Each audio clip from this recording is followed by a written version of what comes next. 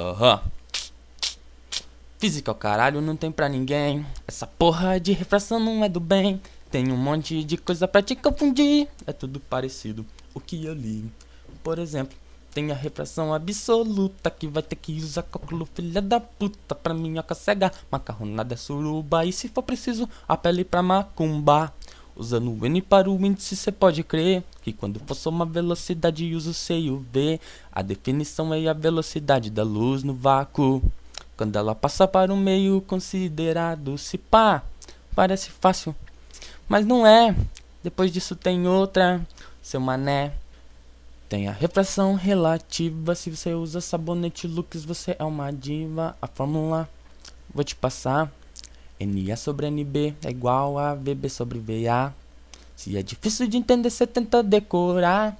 NA/NB é o índice. Quando fizer cocô, limpe-se.